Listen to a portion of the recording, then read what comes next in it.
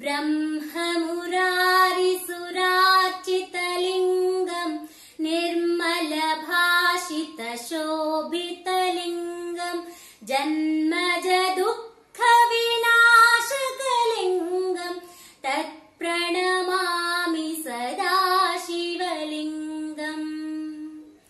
देवमुनिप्रवरार्चितलिङ्गम् कामदहनकरुणाकरलिङ्गम् रावणदर्पविनाशनलिङ्गम् तत्प्रणमामि सदा शिवलिङ्गम्। सर्वसुगन्धसुलेपितलिङ्गम् बुद्धिविवर्धनकारणलिङ्गम् सिद्धसुरासुरवन्दितलिङ्गम् तत्प्रणमामि सदा शिवलिङ्गम्। कनकमहामणिभूषितलिङ्गम् फणिपतिवेष्टितशोभितलिङ्गम् दक्षसुयज्ञविनाशकलिङ्गम् तत्प्रणमामि सदा शिवलिङ्गम्।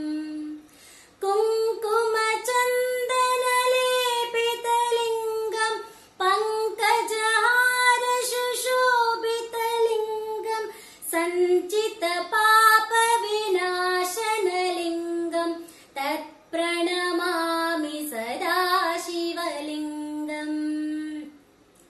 देवगणार्चितसेवितलिङ्गम् भावैर्भक्तिभिरेव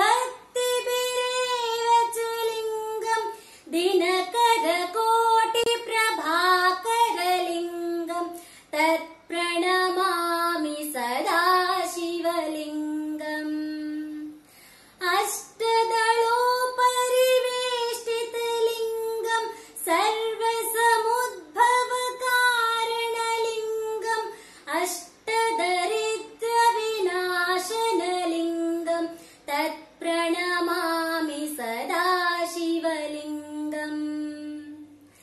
सुरगुरुसुरवरपूजितलिङ्गम् सुरवनपुष्पसदार्चितलिङ्गम् परमात्मकलिङ्गम् तत्प्रणमामि सदा शिवलिङ्गम्।